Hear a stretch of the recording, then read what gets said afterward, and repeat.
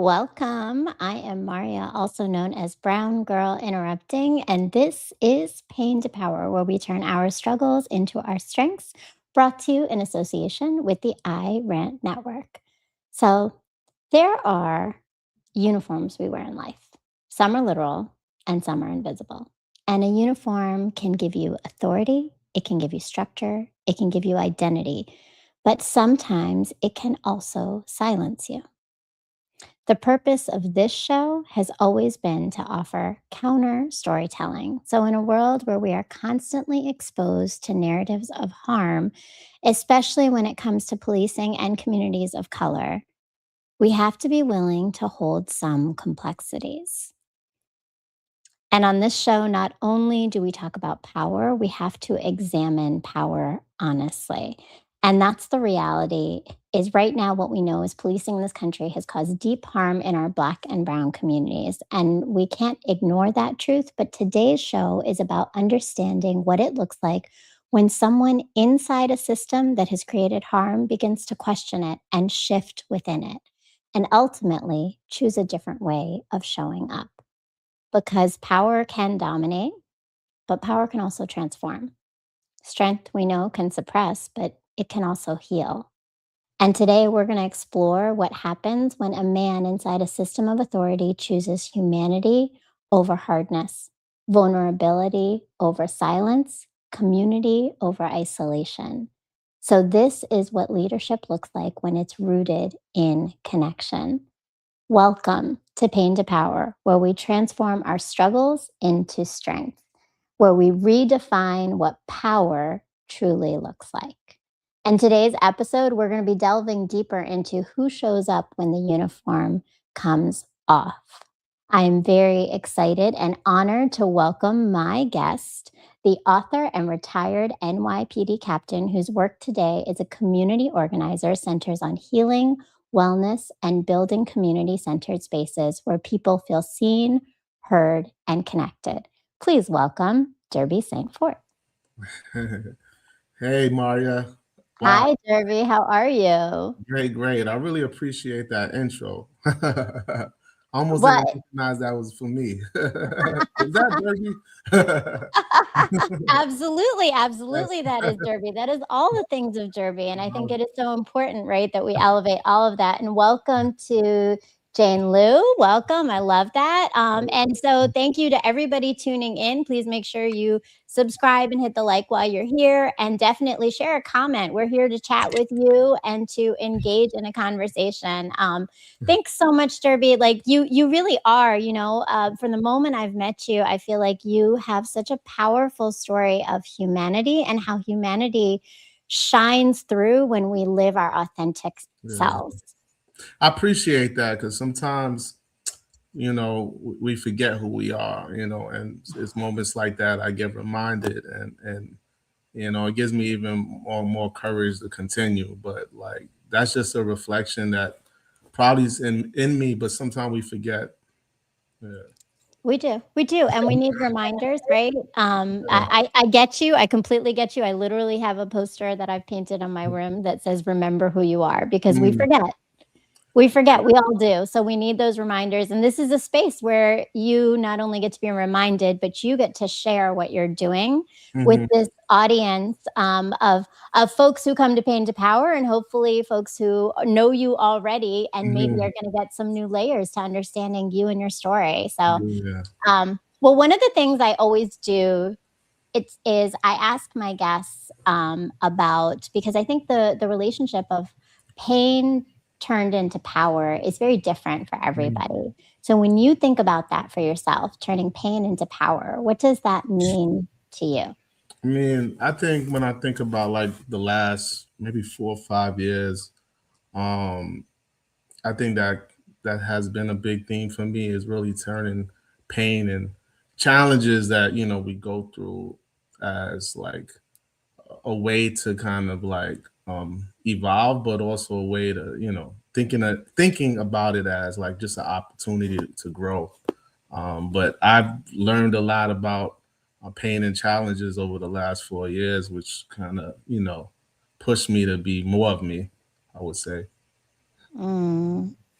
But and I love that, the idea of we're evolving to grow, but to become more of ourselves, right? So Mhm, it's interesting, right? I talk about that a lot too. This idea is like we're reclaiming something that already exists. It's not that it's new, right? yeah. I think Um, that's yeah. That's a big thing for me. I think like we come into this world to like remember who we are. You know, I mhm. think like we forget, and then we kind of get these reminders throughout our journey, and then to the point where we kind of like pushed harder to become who we were supposed to be. Mm. Mm. Yeah, yes, and I mean, it sounds like obviously, like, in these last 4 years, there've been some catalyst in there for you. But Mm. before we get to the 4 years, remembering who you are, I wanna learn a little bit about you are Haitian American, Mm. growing up with immigrant parents. Tell me a little bit about just your experiences of growing up and how you found, like, your sense of belonging, your sense of community, since that is such a big thing for you now. What Yeah. was that like for you growing up? I mean, like growing up and you know, being Haitian, having Haitian parents, growing up in Queens, New York, you know, although it's a very diverse borough, Queens, and there's people from all over, but um, there is like a thing where you know you feel different a bit because you know your family is of you know Haitian descent. You may not look like others, or Mhm. culturally there's some differences. So that early on, I felt like that was a thing I had to be challenged with. And although you know, to me, I felt like you know, just Black American. But you know, Derby, a name like Derby Saint Fort, you know, so you know, my culture just is very uh, apparent in how I show up and even my name. So, you know, being Haitian is something that is within me, and it has been a big foundation for who I am now. Yeah. That's so important, right? Because again, coming back to, like, reclaiming yourself, that's gotta be a key piece of it, and I saw something in the chat. Do you wanna elevate it? Yes. Shout out to 1804 for certain. It was a good year. It was a good year, 1804. Yes. The revolution for certain. Um, yeah, so, and within that, like, what do you think was nurtured in you when it comes to understanding community in those early years? I would say like both my parents, they both religious teachers in the community. So they were big on community and staying connected within community in Queens. The you know the Haitian community is really tight, um, just like you know the rest of the city in New York. But um, I think learning how to navigate community, understanding community. I think that was a big part of my upbringing. Mm. Yeah, yeah. So But that's important though. I mean, and I think you said it, right? Learning how to navigate and communicate, like to actually interact with community, which is a big part of what mm, you do now that we're going to kind of dig into. So, it sounds like there was a strong foundation laid for you. And mhm, then at about 21, you decided to start this career as, mm, I mean, you're a retired NYPD captain. yeah. So congratulations, one on the retirement. Thank you so But much. that's a journey. That's a journey of time. Tell me like a little bit about just starting off in the police department at that young age. What brought you there? What were you looking for? Yeah, And what are some of the things you experienced at that early yeah. age? So like even before I start that, I'm gonna say like I never had like really a bad experience with an officer or Mhm. so I wanna say that because I think it's important because also it Mhm. frames out my decisions and how I view policing is really is not grounded on necessarily being harmed by police. I know a lot of times we shift to people have perspective of police based on their own trauma. So I came in the within the NYPD pretty much neutral. Also, I did know there was like some concerns from people around me, my community, and how policing looked in Black and Brown communities, but also I had like hope that being part of the system that there was also a something good in it as well. So I wanted to start with Well, that. I'm so glad you did. Thank you for elevating that because I think that is really real and important, right? Like, because Yeah, there's layers to a Haitian immigrant and a Black man entering the police force, right? Like, I think you're very, I appreciate you yeah, bringing that up. yeah. But but I end up entering 2000. I end up entering the NYPD. I joined as a what they call a police cadet. It's pretty much like an intern. So I joined in 2003 while I was in college, and it was pretty much an internship until I Mm, graduated in college, and then I went full mode as a police officer. Um, but that time was really challenging too in New York City. We had there was issues with jobs. There wasn't a lot of jobs. A lot of my friends were leaving college and weren't even getting the careers that they wanted to get. So me entering the police department was something at that time I saw as something secure. I did see it as a noble job. And at the time, there was like a lot of pride in joining the NYPD. So I would definitely say that. I don't want to lie about that. no, but that's real, right? And Yeah, and I think where we start may not always be where we continue, right? So it sounds like we're alluding to the fact that that didn't last as long yeah, as you would have hoped it to. So yeah, what started to shift for you within yeah. in this role and seeing like being in the police, like in the department? Yeah, so being a kid joining at 21, and again, never really having necessarily negative interactions with the department or with policing in general, I didn't really have a strong perspective of how I saw policing. So how Mm, I'm able to articulate what policing should be in communities of color, I didn't even have the understanding of law enforcement and public safety to even have a take on it. So I'm entering the police department having a uniform, getting a gun, but not really grounded in like how I saw policing. Any views on policing that I did have was given to me. It's given to me as a young officer by my bosses, by leadership. I didn't choose mm, it. Meaning, I didn't choose it because I didn't have mm. necessarily a understanding as a young man of safety in communities to kind of have a strong take on that. So anything I did receive, I was given. What did you learn in what you were given? Like, what were some of the key pieces? Not necessarily what you learned, but like some of the big themes of that, like of what that is to be a police officer in communities. Yeah, so I think some of the themes that was given was, and still I have some of them, I still have, but it's a profession, of course, a noble profession. It's about helping people who need our help.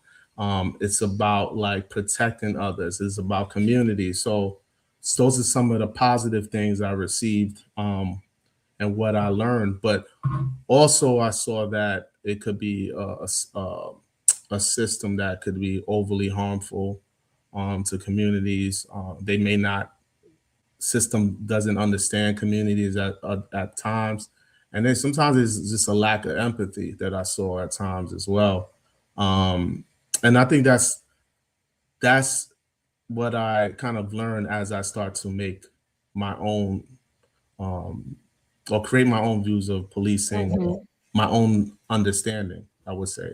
Yeah. And Mm, I mean, those are really big things to go in with hope and then start to see these things that it sounds like counter some of the stuff you knew and you were nurtured to believe, right? yeah. So just take us back to like that time of your life. How did you process that? How'd you feel about that as you were understanding that some of the things you hoped for were not some of the things you were seeing? Yeah, I think, I think, and this is what the book stems from is 2019, 2020, during COVID-19 and Black Lives Matter protests that was happening throughout. I think, and that's why I wrote the book because that was like the turning point for me, based on what I saw in communities, what I Mm, saw within the police department, and now having now, in my 30s, now really having at that point a stronger understanding on what I felt um, was good policing, was good for community, and just was good for like society in general. So now, based on my experience and learning, I was more grounded versus who I was, as a 21-year-old man. mhm. Mm. What do you do with that grounding when you start to have it? Was it easy to live in that truth, or were there some complex things Yeah. you had to deal with? So, and I think a lot of us go through this, and it doesn't have to do with like our jobs or careers. It could be family choices or financial choices or whatever it could be. Sometimes we kind of know better now, or we've evolved to have a greater understanding, but we can choose to ignore it Mm, because it may cause challenges in other areas of life, or we can acknowledge it. For me, I'm just not designed to ignore it. So it was really so my evolution and my understanding of policing at the time, I couldn't just like ignore it at the time. So I became a little bit more vocal, a little bit more um, edgy around my peers, um, and it's something I couldn't like hide. It just like it was just kind of pouring out of me. It's like yeah, yeah. it was already in me, and the door. I opened the door, or something happened with the door, Mhm. and I think it's because I think 2020 was an important moment, and that's why I wrote the book. Because I wanted to share kind of like um, what shifted. I know because I know a lot of the people around me. They say, "Hey, Derby, you're not like the same. You're different." And I get it. So the book is really um highlighting what happened. Yeah. I mean, and there's the book, right? Captain Derby's Promise, and I think what you just said, right, comes out in the book because you have a foreword, and then throughout the text itself, right? There's something about the way that you clearly were Mm, communicating with others, that you were showing up. So to your point, like it sounds like you being your authentic self because you can't hold back, which I yeah. appreciate that. I'm an interrupter. I get it. I like Yeah, I feel you on that. fast. But at the same time, like there's a benefit of that. Like you're building relationships with community, and it sounds like you're building relationships with individuals, but you're also taking a risk, which Mm, I mean, let's talk about that a little bit because I want to talk about the book, but I want to talk about what that felt like and how you manage that, because there's a cost. There's a mental cost, there's a physical cost, yeah. there's a social cost Mm, when you go against the grain. And I mean, we all know the police department, right, is a whole culture in and of itself. yeah. So what what was that like, taking such a big risk to push against a system that is so ingrained in the culture that it is? Yeah. So, yeah, like I told you, like at that time I was very much vocal with my views, and like what I felt in my heart was better ways to engage the community, to address community challenges. So I expressed that to leadership and whoever I even did press about it as well, so media. So at that time, I just felt the urge to do that because I just felt that was it was just pouring out of me. I can't even really explain, but that's something that I felt really. um, pushed to do. Um, but yeah, but it shifted the dynamics. You know, you talked about like socially, within the department, how people move around me, and also promotions, opportunities. So being like authentic in that way and pushing against systems that are, you know, focused on being the same is gonna, there's some ramifications, you know, Mm. um, even politically, you know. And it wasn't all bad. It was moments where like I was like really, people were like gravitating and got a ton of support around, from the community, but internally within the department, it created challenges. So it created tremendous challenges for me, um, and yeah, like, you know, it's not easy, being in the system and pushing for change at the same time. No, I mean, it doesn't. I think it takes a lot of bravery, right? Mm, Bravery to be vulnerable, bravery to be honest in a place where I think people applaud not honesty at times, yeah, right? and it's Um, funny. I'm yeah, sorry. go ahead. No, no, It's please. funny because if I if I could hide like I was before, I probably would. But for some reason, I'm not designed that way, so I couldn't hide. It was just becoming apparent, and also, the more I hide, the more it impacted my health. So I already understood Mm. that. So I already kind of connected my health with, um, my level of authenticity. So I had to shift because I was literally deteriorating, you know, if I didn't, Mm. you know what I'm saying? And Yeah. yeah, and it started emotionally, but it became physical, you know, because of that. So I had to like, I recognize that. I'm thankful I was able to recognize that. But I imagine a lot of us in this world who are not being authentic, and it's impacting their health. So that's just something that I want to share for those who may be kind of going through things and not, um, being the best version of themselves, and how it may be impacting them mentally, emotionally, and physically. Yeah, I mean, and I appreciate that you brought that up because I think that's the cost, right? So Mhm. risk is something we take, but there's a cost to risk, and Yeah, that personal cost is something that we don't always talk about as much, right? yeah. It's one thing to risk your job, but risking your mental health is a lot. But Mhm. so can we talk about that, because I think there's like multiple layers here, right? Like, because one, you're a man, right? So a man and his mental health, which we just don't talk about enough, right? We don't talk about a lot, and I think that's one of your goals, is to elevate that conversation. What do you did you take away from your own experiences of that pain of mental health Yeah. that, like, is helped you to also start to heal Yeah. yourself?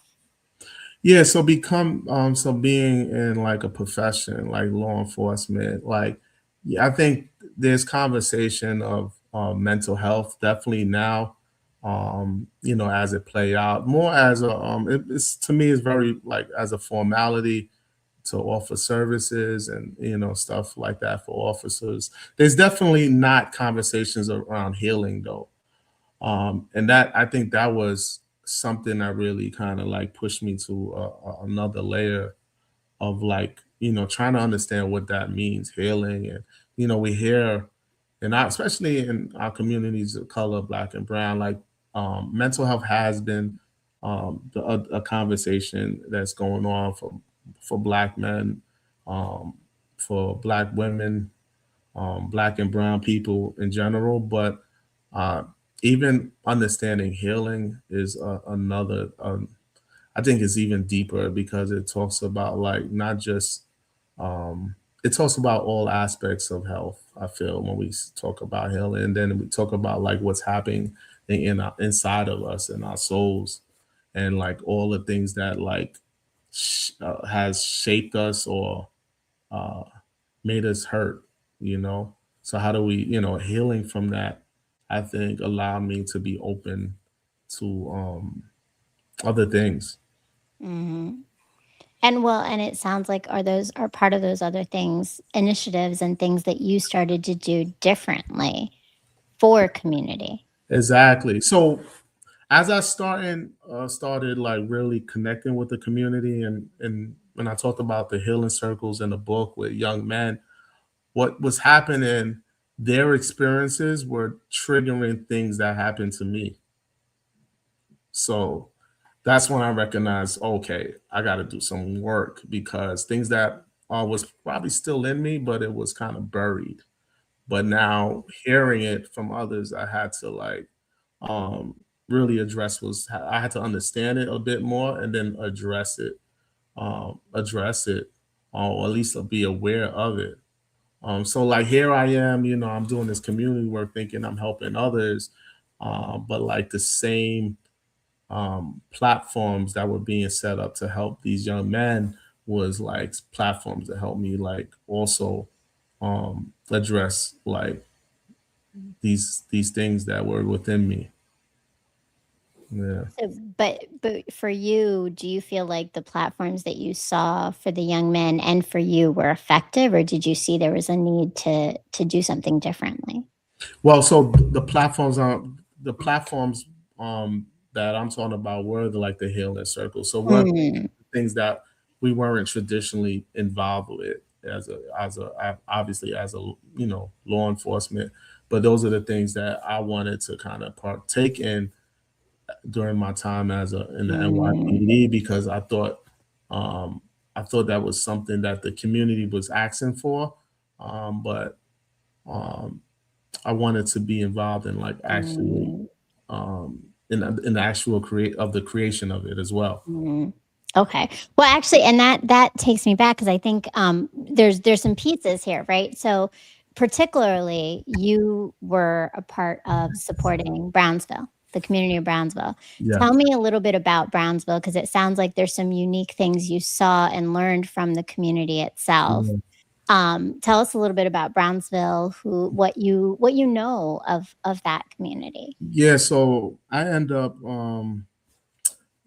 as a captain at the NYPD and being assigned to Brownsville. So Brownsville has um, obviously a great history in the city, known for music, known for all sorts of great things, but also there's a lot of challenges in the community, social issues, and gun violence. So, me being placed in Brownsville, um, I knew that it was going to be a big job for me at the time, being a young captain, but also a young captain that was evolving as well. So I looked at Brownsville as an opportunity to like connect with community, but also like really um, be involved and see like what we can do as a collective to address some of these issues that Mm, what I was seeing around poverty, around young people just not being supported in the way they should be, and then like I said, the gun violence as well. So um, I think Brownsville and the book is set in Brownsville mm, is has been a big part of my evolution.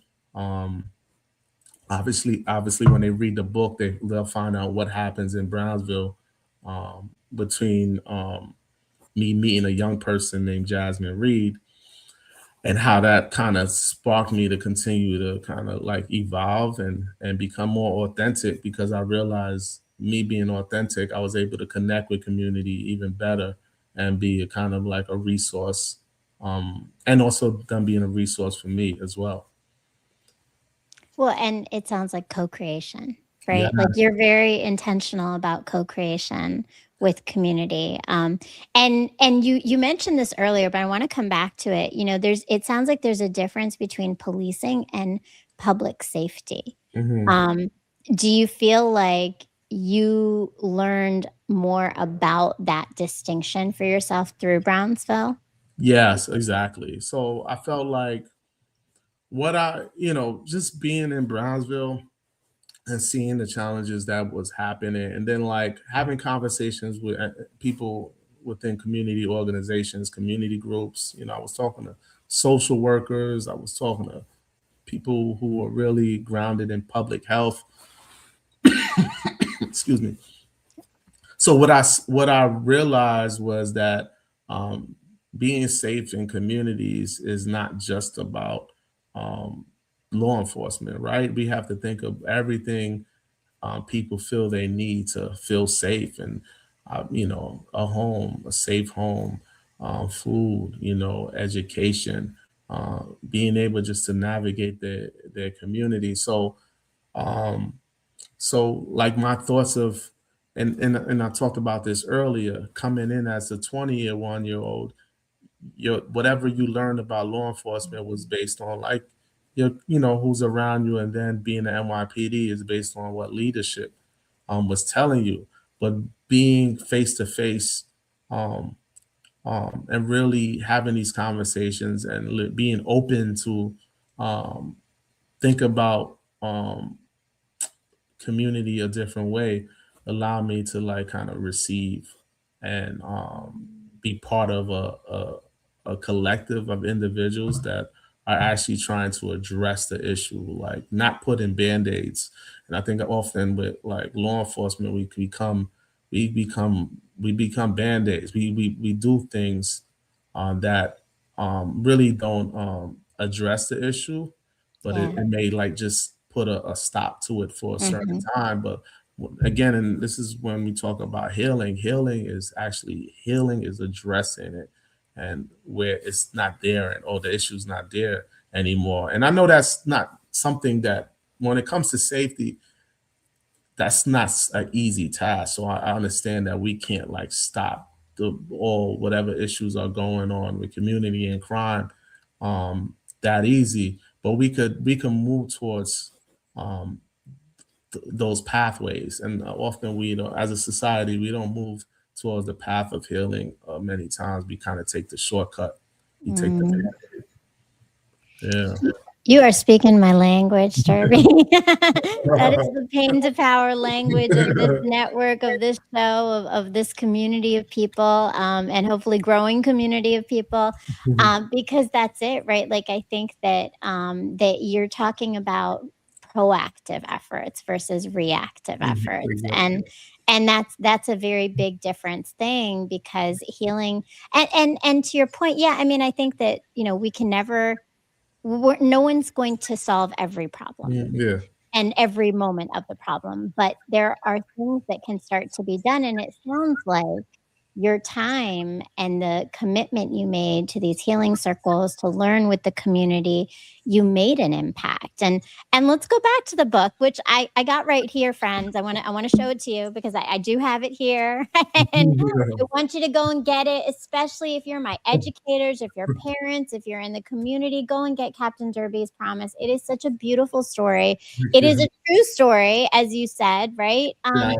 And there's so many layers to the story because you talk about the healing circles, but you also talk about a moment with this young girl, Jasmine, that really led to change. And those are different ways that you brought it into the book, right? But it's also what you experienced. So how did this process, not just writing the book, but the experience that you had in those moments between the healing circles with the young men, between meeting Jasmine and having these moments, how did that start to impact the way you were showing up even more so as a captain in Yeah. the uh, department? Yeah, I mean, like just meeting young Jasmine at the time um, during this like tension between community and law enforcement. Coming from you know the killing of George Floyd and what was happening with COVID-19. There was a lot of tension, and at that time there was really, and it's still kind of the same at in some ways, but there was elevated tension between communities, especially communities of color and law enforcement. Um, so that recognizing that and being able to meet Jasmine, and she tells me during that time in that incident that's in the book, her fears of police, based on what she saw in her community in Brownsville, and based on just what her family's experiencing, and so her sharing that during that moment, and also me, even I was already kind of like evolving in my understanding of policing and shifting.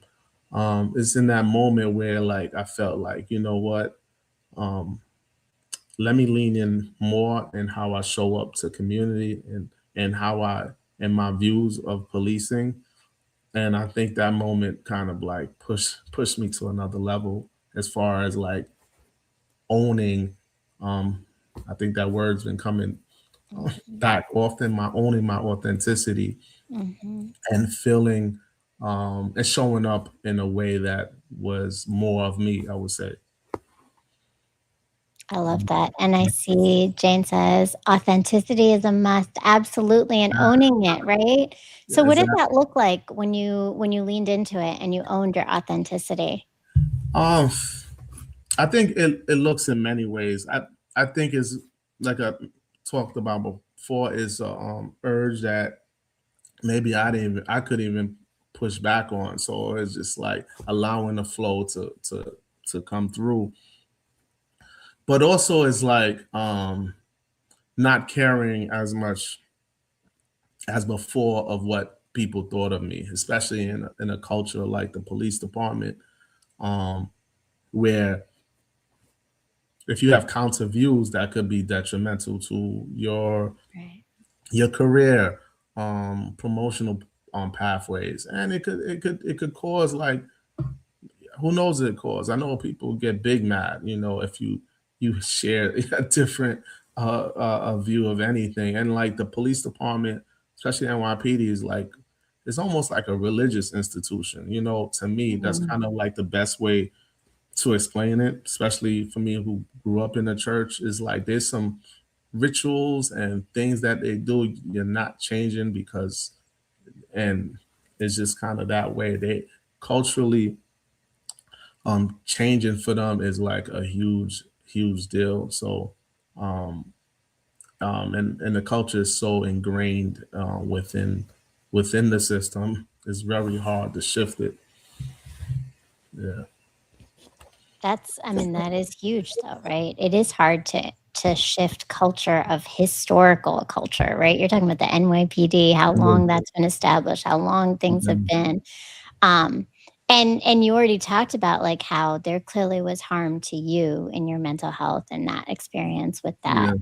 Um, but in this whole process, what parts of you remembering yourself and coming back to reclaiming you do you think you you really came to in this process of just the experience with Jasmine, the experience with the healing circles, being in Brownsville, the co-creating, all of it?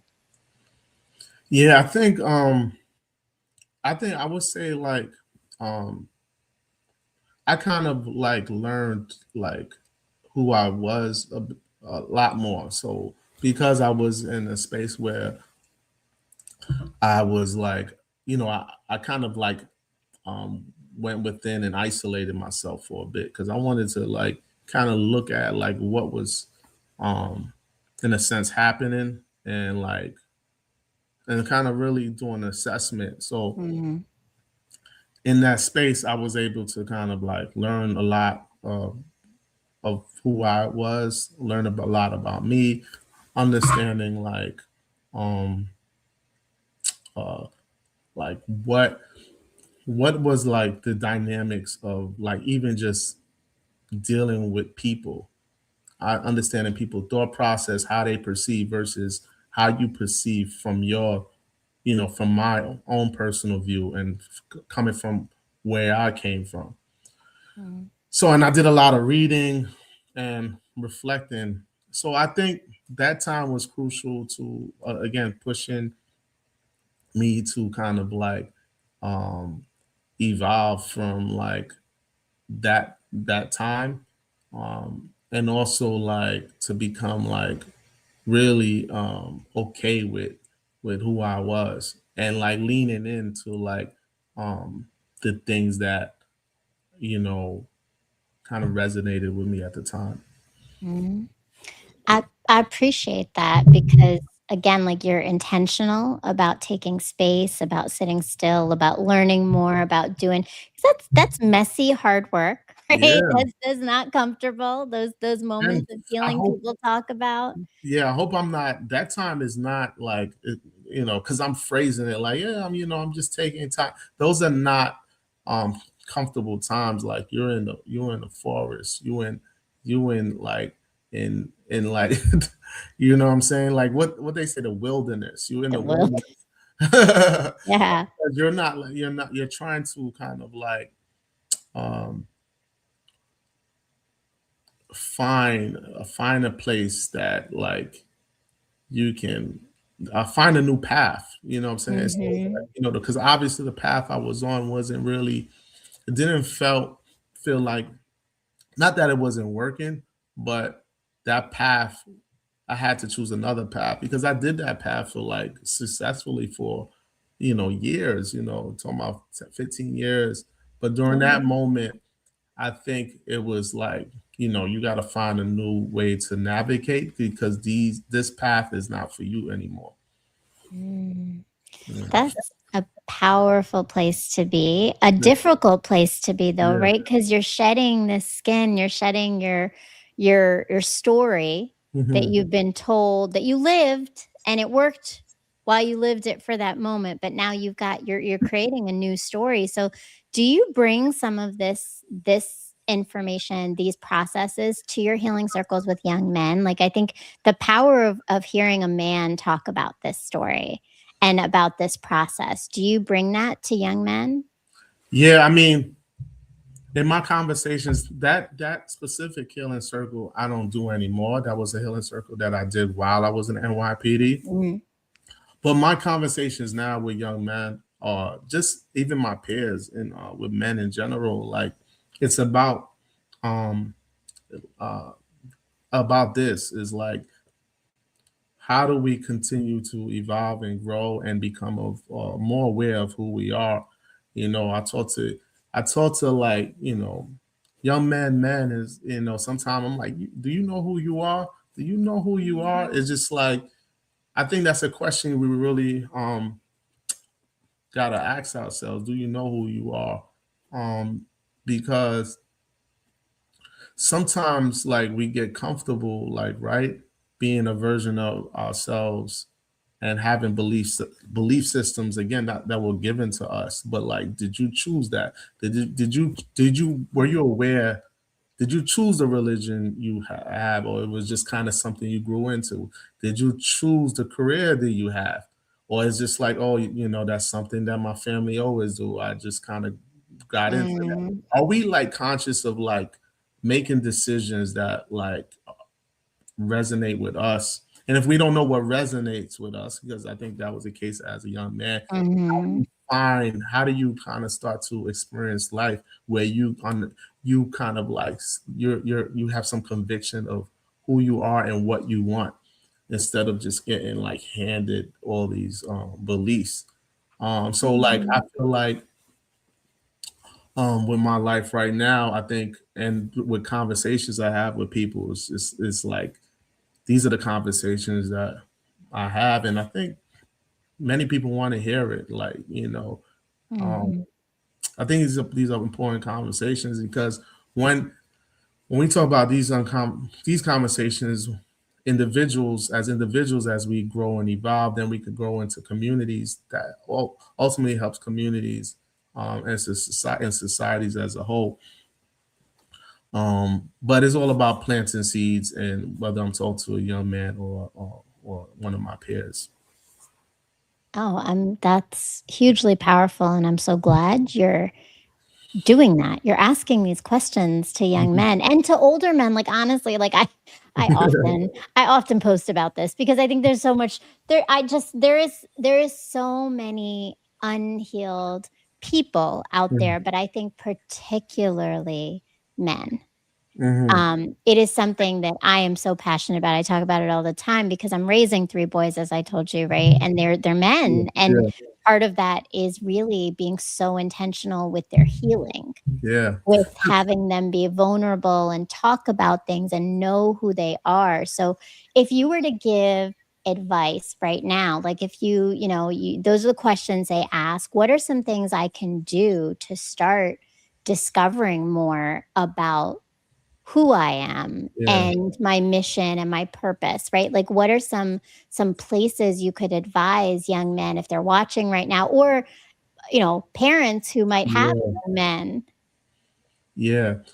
Yeah, I think this is an important conversation, and obviously, there's like no one size fit all like um, right? plan to do this. But for me, it was a lot of reflecting and writing and journaling and reading. Um, and also like there's been times where like I went into religion, right? So my family's are very religious, Baptist church. So religion is a tool I use, obviously, to navigate my journey. But it was also, and being honest, it wasn't working for me at one point. So and and I'm being honest, it's not like I'm saying that, to anyone on course. I'm not saying that I don't like religion. It just wasn't like helping me navigate the challenges that it was. So I Mm, started just doing like having reading and thinking about like alternative spiritual methods, whether it's meditation or things like that, or whatever people may choose. But I was open to like new concepts of spirituality. Um, but again, that was just a path. But if the traditional paths work for you as well, I think you should continue to try it. But for like young men and men that I'm talking to, I think doing things like meditation and journaling and doing the things that people may think is soft, right? Doing healing circles, even that's the alternative traditional therapy, or group therapy. So healing circles was a method that worked for me and a lot of young men in these spaces. So um, I think it's being open, and for me, especially people of color, like we've done a lot of things traditionally for like a long time in our communities. But I think there's more awareness of what else is out there uh, to help us navigate our communities and navigate our mental health. So yeah. mm.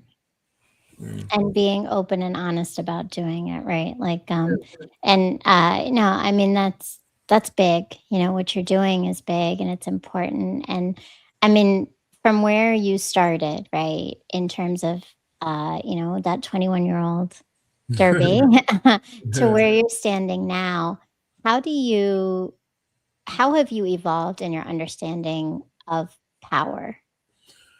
Yeah, yeah, man. Power is like something that is, especially coming from policing and law enforcement, power is a big deal. So my understanding of power has evolved, because power within law enforcement it feels like control, and it feels like force, right? It feels like a lack of understanding and how to have conversations and navigate challenges. So sometimes we abuse power, right? Because we feel like we have to show them, and um, but like power to me is has evolved because I think power doesn't have to be harmful. Power doesn't have to like abuse authority. Having power is about um, recognizing that there's ways to there's better ways to do things. So power is about, like, to me, being open to conversations and being open to new experiences.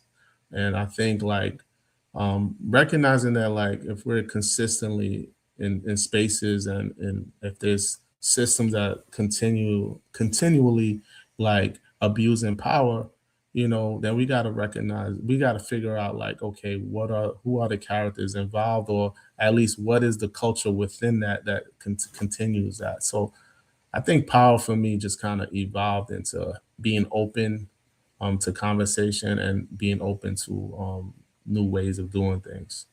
That's a transformative shift. Right? I mean, look, but it is, right? Because it's allowing power to be almost like this adaptive, evolving idea. And it's Mhm. power with, we often talk about, I've brought it up before on this show because it's called Pain to Power, right? Is that there are different forms of power. And oftentimes we think of power over, but Yeah, power with is so much more transformative. Power yeah, with allows for multiple voices, allows for more questions, allows for more expansiveness, right? yeah, And that's what you're talking about. And I see in the chat, Jane says, power can show up with love. Absolutely, right? With yeah, love, with vulnerability. Power yeah, doesn't have to just be strength. Like strength comes from softness. yeah. And that, but that term, that's a thing. Like when we talk about vulnerability, um, there's this thing that, especially in policing, where that's seen as Mm, weak, right? Like a Captain right. Captain Derby is doing healing circles. What he's doing? He's having kumbaya. So this is like kind of the culture that sometimes don't leave space for vulnerability, but it ultimately, like, vulnerability is the power, and that's what allows authenticity as well. Absolutely. And it sounds like it's healed you to be able to have that, right? To say Yeah. that out loud, it's not kumbaya circles, right? This is transformative community building. This is effective, responsive community engagement. This is so much more that people usually strive to do but don't do it effectively. Um, so, but it sounds like obviously you've had to deal with a lot of people's perceptions. Yeah, How do you exactly. do that? How do you get through that? Like that's a lot. I imagine like Yeah. there was navigating you had to do every day at work to get through comments and bias and other Yeah. things, right? Yeah. I mean, I think is also having people around me that, like, supported me, and also, everyone who been on my side, the whole set squad, everyone who's like continually supporting. I think that's important to have people around you to keep you grounded, right? Like, oh, don't Mhm. listen to them. They're just, they're projecting, and just like understanding that, because if you don't have that reminder, you can really get caught up in having doubts, and you're going to have doubts, but like Right. you could be caught up in having those doubts, um, kind of push you away Mhm. from your purpose. No, it's very important, right? Because you mentioned, like, having your individual understanding, but then that community, like, you have to have a village, and I see Set Yeah, Squad, which we're gonna talk about in a second. Set Squad in New York City says Captain Derby, Victorious, and the rest of the squad will be at the next mixer, 226 at Hatch, Brooklyn. Hope to see everyone there. Oh, well, I would have definitely come if I was local, but I'm not, but that sounds awesome, and so tell me about Set Squad. What is it? Where did it come from? yeah, Um, who's involved in it, and how do other people get involved in it? yeah. So I mentioned before, like, really, as I transitioned out of policing and towards more community oriented initiatives and projects, you know, had a collective of individuals. Shout out to Jaren Lou, shout out to Mimi Fox, shout out to Victorious, Eugene, Ashana, just the whole set squad. Um, so as I move towards and out of like government, and I wanted to do more things that involved community and involved uplifting people, uplifting young people. So we created Set Squad. social entertainment and travel squad. It's all about like really um, enjoying life, right? Not sitting Mhm. in low vibrations. I know that's a term in Mhm. our community. You sit in, it's all drama. I wanted to be around folks that were like about um, having fun, enjoying life, supporting community, advocating for community, advocating for young people, and also just really doing dope stuff. So we're having our next mixer, Set Squad mixer, February 26th at Hatch. This for those who haven't, those in Brooklyn, New York. But we're about creating experiences for Black and Brown folks, and just about uplifting each other. Cooperative economics. We help local businesses. Oh, We do a lot of branding for people. So yeah, that's what we're about. well, I love that, and definitely if you're in Brooklyn, you should go check it out. Follow them on Instagram as well, right? For certain. And actually, so to that point, before we leave, I want to make sure we know we're going to go and get your book. What else does everybody need to know? Where do they follow you? How do they stay, in touch with you? And anything up that's coming up for you that you want to elevate? Yeah, definitely.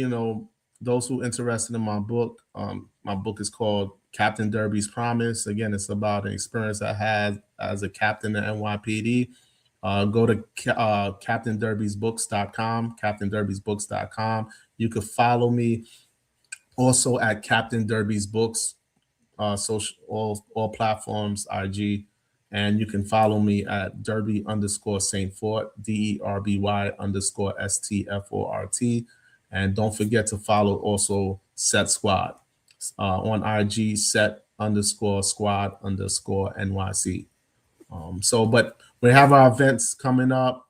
I'm also um, involved with schools locally in New York City. We're doing Captain Derby's Promise readings and also discussions around young people in law enforcement. So I'm doing that as well at schools. Anyone who's interested in having me do a book reading, or just come to the school to have a discussion about what community healing looks like, what is resolution between law enforcement and communities look like, just hit me up. Captain Derby's Books on IG. You could DM me. You could also email me at captainderbysbooks@gmail.com, captainderbysbooks@gmail.com, or derb.saintfort@gmail.com. I love it. All the ways. Now, you mentioned only New York City schools, but do you travel? Because I have to say, I know a lot of people who watch this show are DMV, DC, Maryland, Virginia folks. And I, No, I'm definitely, I've traveled before and recently, so I'm open to travel. So anyone who would like to have me at their schools or wherever, just hit me up at derb.saintfort@gmail.com or captainderbysbooks@gmail.com. I love it. And it Thank sounds like there's some great conversations. And I will say at the back of the book, for those of my educator friends and parent friends, is there are questions that you can reflect on and actually engage in conversations with your children. And your students. So you've already laid the foundation for some great conversations and deep storytelling. Like this really is a powerful book. Thank you so much. Before we close out, just real quick, if you had a chance to talk to the 21-year-old Derby who was entering the police force, what might be something you would say to him today? Yeah. I would definitely say that um, you're on the right path, and just keep leaning in. Like that's kind of something. Keep leaning in. It looks scary, and there's a lot of uncertainty, um, but you're going the right way. So I would say that. I would say that to my 21-year-old self. That's beautiful. Keep empowering, right? Yeah. Thank you. Thank you so much, Derby. This Yeah. was such a beautiful conversation. I think you gave us all so much hope, so many new ways to approach things, and you're doing great work in your communities and for individuals. So thank you. Thank you so much. Thank you so much for having me. Appreciate This you. has been wonderful, so thank you. And so, this is what everything is about. We're talking about pain to power because that's the goal, is to turn our struggles into strength, and strength without connection becomes isolation. So what we know is how important it is to have humanity, to be proactive in our community building, in our relationship building, and we're focusing on the idea of power with, not power over. So to do all of this, Derby just shared, right? Coming home to yourself, return to community, return to your wholeness. And that's something we all need to be doing. So what I offer you as you leave tonight is just think about, who are you without the role you've been performing? So if you've had a uniform on, figurative or literal, right? Are you holding on to things that aren't yours? Are you holding on to stories and living them that aren't for you? Examine that, notice that, and follow me, follow Derby, because we will keep helping you to unlock some of those powers within you and recognize who you are underneath those stories you might be holding on to. So please follow Derby. You heard all the information, all the links are below as well. And please make sure you follow me. I am Brown Girl Interrupting, and Pain to Power is on regularly on YouTube. If you subscribe, you will get all the updates, and hit the bell so you know when we go live. I have this show. I have also my show, Maria's Musings, which might be renamed to After the Breaking soon. And I'm a writer. I'm on Substack. I'm on Instagram, TikTok, all of the things. So please make sure to follow me. Leave a comment. If you watch this whole show, leave a comment. Derby just dropped so many gems, so many pieces. Leave a thought of what resonated with you, what you're walking away with, what questions you may still have lingering. Thank you so much to everybody who joined tonight and watched us live, who was in the chat. We appreciate you. Thank you to my iRant family, and thank you to my amazing producer, Mr. Masick, Mr. Montaigne, Ja Logic, all of the names, and always showing up consistently and creating a beautiful space. So thank you, and thank you, Derby. Have a beautiful night. And peace, love, and light, friends. Thank you. Take care.